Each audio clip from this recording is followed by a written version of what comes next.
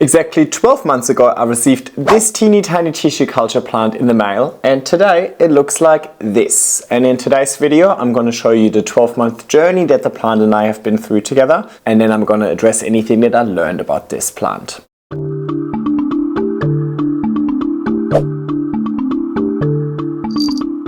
Hello everybody and welcome back to my YouTube channel. We are back with another Plant Spotlight. Plant Spotlight is a series where I look at one plant in particular.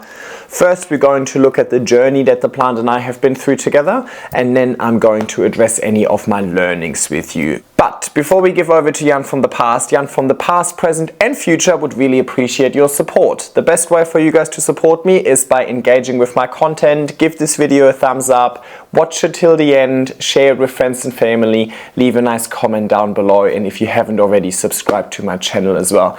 All of this is for free for you, but it honestly means the world to me. In advance, thank you so much for your support, but now let's have a look at what happened a year ago.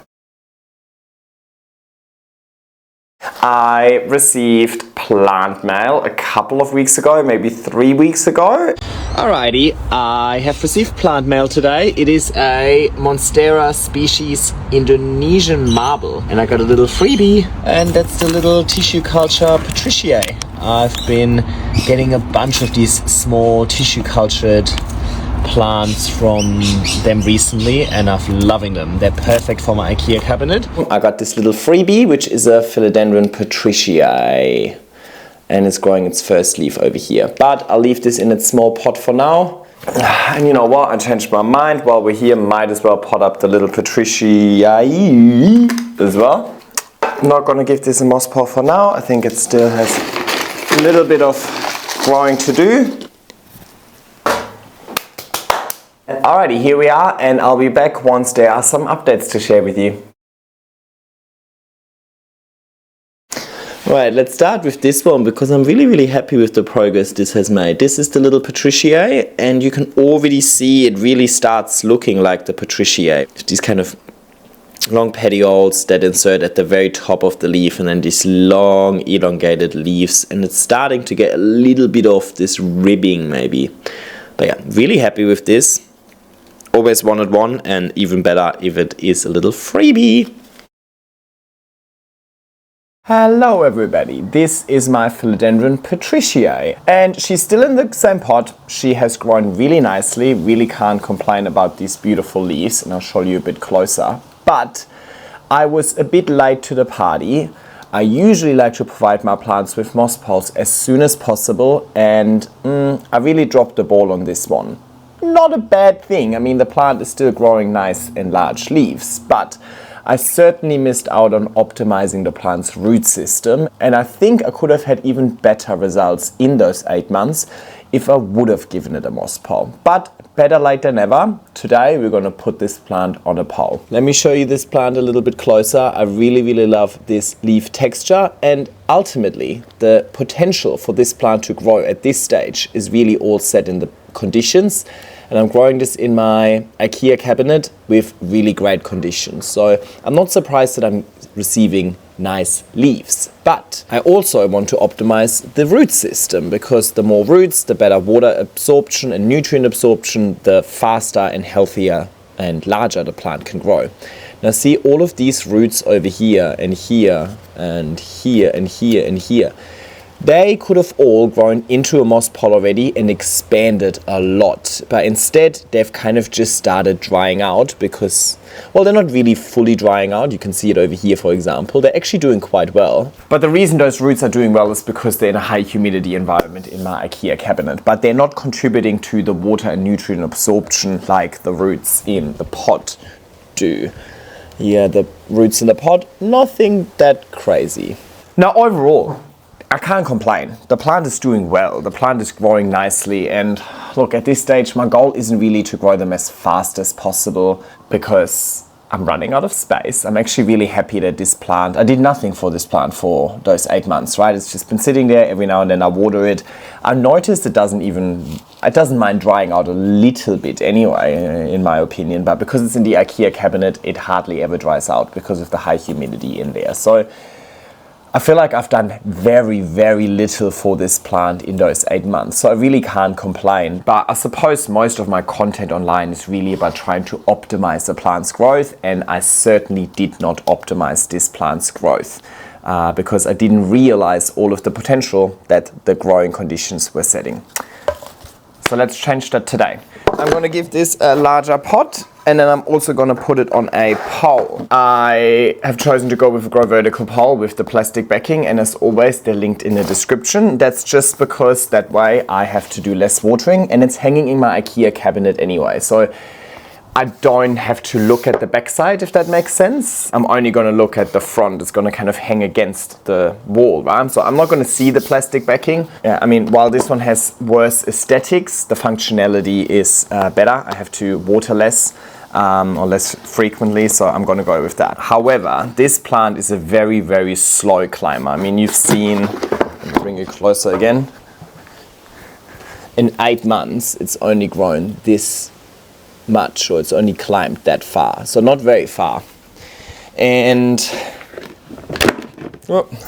AJ has one too. It's climbing really slowly, so I don't think I need a full pole for this one, because I want to put it back into the IKEA cabinet, and in the IKEA cabinet I just don't have enough space. It's not a problem giving it a full pole even if it doesn't need it, because, well, it helps with watering, it helps with even creating a humid environment and so on. So I often just put my small plants on full moss poles, but with this one, I reckon this could easily take like 3 years or so to actually climb up the whole pole. I don't know. So I think it's not really needed, and I can always extend it later on. And because it is in my IKEA cabinet with high humidity, I also don't need the additional water retention of a larger pole, if that makes sense, right? The pole will always dry out from the top first. So obviously if I cut it here and then the top is here, then this part will dry out first. Whereas if the plant is, let's say, only reached here and the top starts drying out, I need to water less frequently until the drying out part reaches the plant, if that makes sense, or the part that the plant is on is drying out. Basically, if you're struggling with your poles drying out too quickly, especially the top, then just have more space between the plant and the top. I don't know. I don't think I'm explaining this really well today. Anyway, I hope it still makes sense. So I'm gonna just chop this pole in half. There you go. Now, the annoying thing here is also that now that I have all of these roots there, it's gonna be, I can't really fiddle these in hindsight, so they're kind of in the way. I hope I'm not gonna break them, but we'll find out. Now let's free it from its pot first. Come on, get out of here. Aerating it a little bit, but not too much, just so it actually fits in this pot. I'm choosing a 14 centimeter pot, and the mix is still fine, so I'm just gonna reuse this as well. It's just that this gap over here wasn't big enough for the plant to fit in, but I don't think it needs a larger pot, and also my IKEA cabinet can't really handle a larger pot. Alrighty, so see what I mean? I now need to get this to get towards the pole, but that's just going to make all of these roots kind of go in all directions. So I'm going to try and redirect them into the pot instead. So I take a little piece of wire and I use that to kind of pin the plant to where I want it to go. I want you to go here. And the ones that are still short enough, I'll try and bring towards the pole, right? So for example here, this root I put into the pole, but most of the other roots I'll just put down here. You can see there. I'll just kind of maneuver them down into the pot. So these roots can now, in hindsight, root into the potting medium or root into the moss pole, but I didn't optimize it because, well, it could have already been doing that for a few months.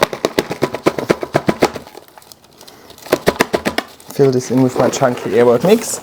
And I also put some of my chunky airwork mix at the back over here. Now, I'm not going to have roots there, right? Because the plastic backing is going to channel all of the roots down. But the reason I put airwork mix here and I compress this a little bit is that is actually going to help keep the pole in place without me having to cable tie it or anything like that. I'm just going to use a little piece of wire to create a little loop. So this way I don't have to change its position as well. It's going to go straight back into the IKEA cabinet. And yeah, easy peasy. Maybe this was a bit too loopy. Okay. Alright, then I can hang this back in the IKEA cabinet and just hook that in there. Done. Alright, easy peasy. I'm going to give this water and I'm going to put it back into the IKEA cabinet, and I'm going to see you when there's some updates to share with you. So, see you soon.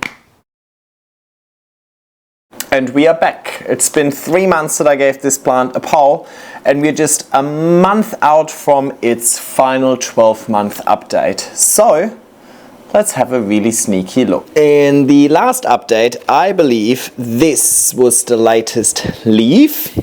Since then, it has grown this leaf over here, which is by far its nicest leaf. You can really see that nice rippled texture and the beautiful sheen. So very, very happy with this leaf. This leaf actually comes out on the back of the pole. I hope you can see that. So it's kind of a little bit annoying because the Cetaphil is now not directly touching it. So I'm hoping that the leaf is kind of just going to move to one side, if that makes sense. I don't know if that makes sense. But I'm not mad, because even when the Cetaphil doesn't directly touch the pole, the plant can still root into the pole quite nicely. As you can see, many roots have found their way into the pole, and 2 roots have actually found their way out of the pole. I can see some root growth here as well, but overall this spot is very filthy. Actually, you can't really see much anymore, but yeah, that's okay. There's definitely some roots here. Now, it's not my preference for roots to grow out, right? Ideally, I would like them to grow throughout the pole and into the pot and expand. As soon as they grow out here and they touch the air, they will dry out. Now, this is in my IKEA cabinet and the humidity is really high. Even in there, the root won't grow as if it's growing in a medium, right? So it is unfortunate. I could of course extend it and give the root more room to grow. But if I extend this with a full pole, these 2 roots will probably reach the top of the extended pole within just 1 month. I reckon they would grow really fast. So I could also chop them here and hope that the root will kind of like branch out and build secondary roots. But even without me chopping it, these roots should eventually start focusing on secondary roots, so little roots coming off the main root. So while I'm not optimizing root mass via the top, these 2 roots are still optimizing the root mass of this plant overall. So still rather have 2 roots sticking out the top than having no roots sticking out the top. But yes, I've noticed this happen to a bunch of plants, the Billy, the Atabapoense, this one. And I think the purpose of these roots in nature would be to actually like cling onto the tree and anchor the plant onto the tree, not so much roots being sent down into the ground for water purposes. Anyway. You can see that there is a Cetaphil over here, so I'm hoping that this leaf is just gonna unfurl before my 12-month journey is over, just so I can add 1 more leaf to the collection. But so far, I'm really impressed with this plant. I mean, it started off as the tiniest plant. I really like this plant, and I know if you watch my Inspired by SPG video, Jason, the one that shoots the lights out with all of his bloody plants, he just posted a photo of his patriciae with 1 meter long leaves, and bloody hell, that's a sexy plant. So now that it got a little bit more room for roots and so on, I really hope it's gonna start exploding as we're heading back into spring and summer. Let's give this plant another month and a half, 5-6 weeks-ish, until the full 12 months are over, and Jan from the future is going to check in with you and is going to give you the final updates on this plant. Alrighty, thank you so much, Jan from the past, and here we are. So this is the latest leaf that has unfurled over the last month, and it is definitely the biggest leaf so far by quite a bit, right? I mean, hang on, which one? This one was the one previous to that, so we are definitely seeing a significant increase in leaf size, and this leaf is still hardening off, so it's probably going to get a little bit bigger still. And let me bring you a bit closer as well. Over here you can see that this newest node has definitely also grown a root into the pole, and in general you can see lots and lots of roots that have found their way into the pole. I can see some roots here. The pot in itself is a little bit filthy and seems to have a bit of algae buildup from being in the IKEA cabinet. So to be honest, I can't see all too much root system within the pot, but ultimately I can see quite a bunch of roots going into the poles. And I can see one, two, actually third one here and a fourth one here. So I can see 4 roots that have reached the top of the pole over here. So I'm assuming, and you can see some roots pushing up against the backing, I think. So overall, I'm assuming that there's lots and lots of roots within the pole. Actually, not that many in the pot. Ultimately, it doesn't really matter whereabouts the root system is, as long as there is a root system. And in the last update, I already addressed these roots sticking out. I'm not concerned, right? It is what it is. As long as the plant is growing, I'm happy. Now let me also quickly address how I was hanging this up in the IKEA cabinet post the update. I actually have a magnetic hook over here, so that's hanging at the top of my cabinet, and then I have this clip over here that's then also supporting it in the grid, and I put in a photo of whereabouts it's hanging in my cabinet.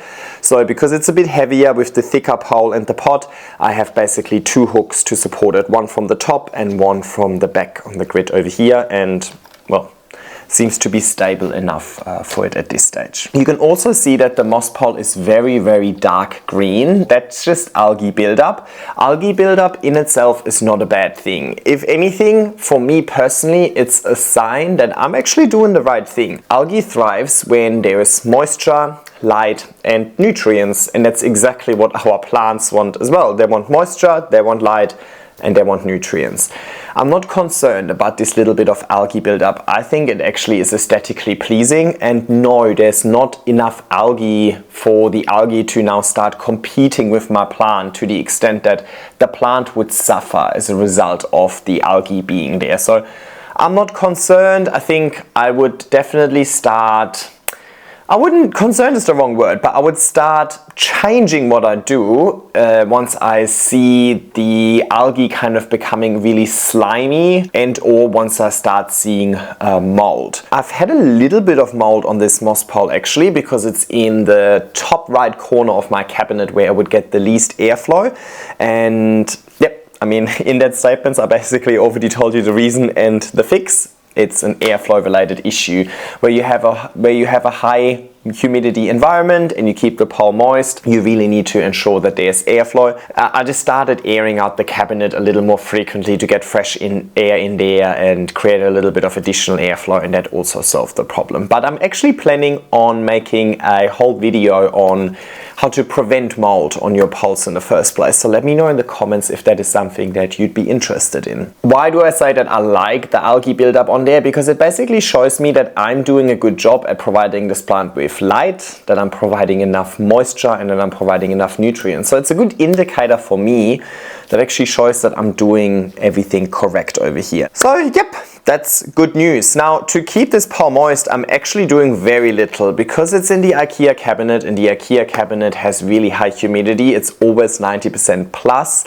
I don't really have to water this all too frequently, especially because it's also plastic backed. So in itself, it retains moisture quite well. The environment in itself is so high humidity that the environment wouldn't really extract any water from the pole. So it's really just the water that the plant requires, and there isn't that much plant. So I can get away watering this every 2 weeks, to be honest, especially given that we've just been through the cooler season as well. In summer, when it gets a bit warmer, it will also get warmer in the cabinet.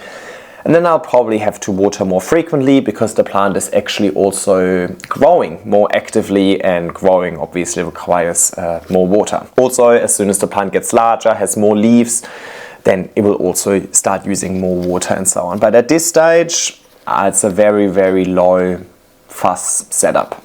Talking about low fuss, I also haven't had any pest issues with this plant over the course of the 12 months. So that is also a positive, and I actually have had thrips inside the cabinet. So other plants, I think my Milano, my Samanthurium, I never know that name, they both actually had thrips. So one would think that, oh, in such a small closed environment, wouldn't the thrips then take over everything? But looks like this plant might have just not been yummy enough for the thrips to care. I'm not complaining.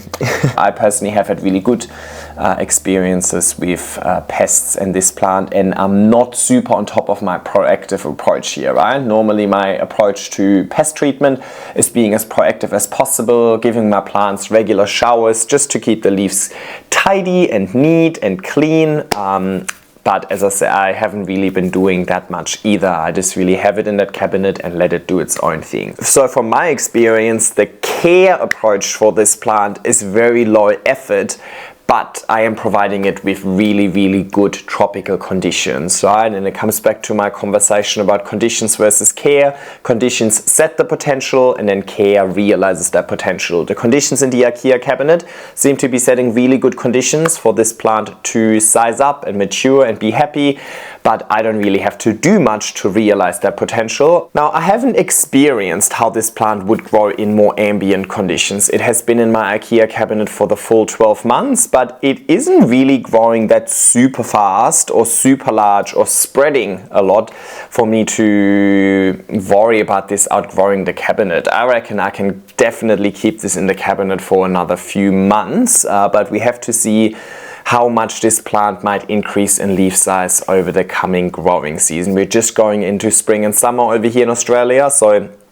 if the increase in leaf size continues like this, then it might actually outgrow the cabinet quite soon, and then I might put it in my greenhouse outside, and then the real challenge will be whereabouts am I going to put this next year in winter. If I don't want to keep it outside and I can't put it back in my cabinet, it will have to get used to ambient conditions somewhere in my house. But I don't think it will be more finicky than a velvet philodendron, for example. So I think it will be just fine, but I can't really make a statement about any conditions outside of the greenhouse and how it copes with that, but maybe there will be in the second year's update. Well, I've talked about conditions. So number one was the really high humidity environment. The temperatures in the IKEA cabinet never really drop below 20 degrees. That's because the light produces some heat. So even that when the room around the cabinet is going down to like 16, 17 during the peak of winter, I mean, I heat my house for my own sake, so the plants get to take advantage of that as well. But the IKEA cabinet seems to be consistently 2 to 3 degrees warmer due to the heat produced by the grow lights. The two grow lights in there are two Soltec groves, and I've got a full playlist actually on my IKEA cabinet setup and the lights that are tested. So check out my playlists if you would like to learn a little bit more about my IKEA cabinet setup. Now this one specifically gets just light from one of my grow lights. I have one situated at the top and I've got one on the door. This one would only really get light from the one at the top because it's at the very top of the cabinet. So it would actually get quite a lot of light, and it seems to really enjoy that. And I suppose the short internodal spacing in which it's growing and the continuous leaf increase tells me that I'm doing the right thing. Now let's talk about the short internodal spacing. So it has climbed this much in 1 year, which makes this a great candidate for somebody who wants to have a low touch plant when it comes to upgrading moss poles, chopping and extending, and so on, right? Like this plant can stay on this moss pole for quite a long time. I reckon this time next year it still wouldn't have reached the top of the pole, but time will tell. So over here, I don't really need to worry about chop and extending and so on anytime soon. It's not going to run away from me. It's not going to be a massive space commitment in relation to the pot and the pole, but I think the leaves will eventually be a bit of a space commitment. Very different leaf shape to any of the other philodendron that I grow, different texture and so on as well. So I think it's a really, really nice plant that adds a little bit of interest. Also the dark foliage, I think these are not super dark. I think it's because I am providing quite a lot of light. I think if I provide less light, these could actually be a little bit darker in color, but I'm not mad. That's okay. I also really enjoy the idea of giving this a pole, even though it doesn't necessarily need a pole because it doesn't climb that fast. So you don't really need to give it a pole, right? You could also just give this a larger pot to facilitate a larger area for the root system. But I really enjoy how the pole creates that neat display side on one side, right? All of the leaves are facing one way because, well, the pole is the other way. This leaf over here, for example, and I showed you that in the last update, it's kind of towards the back of the patio, or like it's actually facing the pole, but because of the pole this leaf has squeezed in behind the stem and is now also facing forward. Right? The stem still found its way into the pole, rooting into it, so that's all good. But if it wasn't for the pole, this leaf would be here. Now suddenly giving this a much larger spread and more space commitment. So I think it's another really great example of the pole not just being a support, not just being a vertical extension of the pot, but very much a tool to create a nice display site. Now coming back to the vertical extension of the pot, I do think that because it's such a slow climber, eventually I will have to work on providing further space for the root system without necessarily going taller, but going wider or deeper or bigger. While I keep my plants quite root bound, and it's usually okay because I provide nutrients with every watering as well, you don't necessarily want to push it. If you really want to get the potential out of the plant, you do need to give this plant room to expand its root system. So could be that at some stage I actually need to upgrade the pole and give it a thicker backing that holds more volume or bigger pot, but I don't think it's necessarily a candidate for an extension anytime soon. I just touched on liquid nutrients. I provide this with my GT Foliage Focus in a week dilution on a weekly basis, or with every watering. I said before, I don't necessarily water this every week. So if I water this every 2 weeks, then it gets nutrients every 2 weeks and so on. Not different to anything that I do with any of my other plants. My aeroid mix, my nutrients, my moss poles, they're always the same. That is the way that I like to care for my plants, and all of the plants just have to deal with it. Some deal with it better than others, and those are the ones that I then keep in my collection. But I'm pretty set with my care approach. I know what suits me, what's my style, what time I have available, and I'm now on a mission to find plants that suit my way of caring for them, and I think this one is a prime candidate for that. So this one has very quickly become one of my favorites. Now the only thing that was a little bit different with this plant, where I didn't necessarily follow my normal regimented approach, is the delay in providing this with a moss pole. I'm normally pretty fast in giving my plants a moss pole because I want to optimize the root system within the pole as soon as possible. The more roots, the better. The earlier you got more roots, the better, right? So I was pretty slow in providing this plant with a pole, and then when I did give it a pole, we also headed towards autumn and winter, so not necessarily the peak season to see amazing growth. So I'm really happy that I am still seeing an increase in leaf size, and this increase in leaf size is 100% a result of the pole, not a result of improving conditions, because the conditions actually got worse over the last 3 to 4 months, not better, but that's when I've seen the biggest growth. So I think the conditions in the IKEA cabinet were just fine the whole way through, but I didn't really ended up realizing the potential that these conditions have set until I gave it a moss pole. So if I could do one thing differently, then it would be providing this plant with a pole much earlier on, so I don't have all of these roots just dangling around doing nothing. It's kind of wasted potential. But then at the same time as well, look, it's not just about optimizing everything. I obviously want to optimize my plant's growth for the sake of these videos, kind of, you know, like of course I want to have a impressive before and after. I want to grow them as large and as quickly as possible so that in my 12-month update videos I can show you something impressive, but at the end of the day I also want to keep this really realistic. And yeah, every now and then and you just forget about things, and then suddenly it's a month, suddenly it's 2 months, suddenly your priorities shift and so on, and that's also totally normal. If I would be doing this without planning the video, I wouldn't be all too crazy on the optimization aspect, you know. I would very much just appreciate the lack of involvement that this plant offers.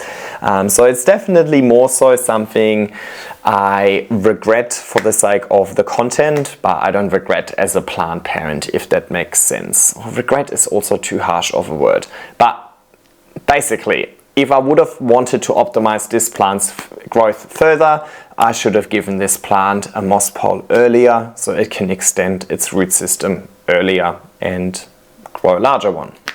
Anyway, I think that's all I've got to say about this plant. This was so nice. It was a little unexpected surprise to get it for free in the first place. It is definitely a plant that I wanted, but wasn't necessarily like on the hunt for, right? It was one of these plants like, oh, if I find it somewhere one day, I'll just pick one up, but I wasn't really going out of my way.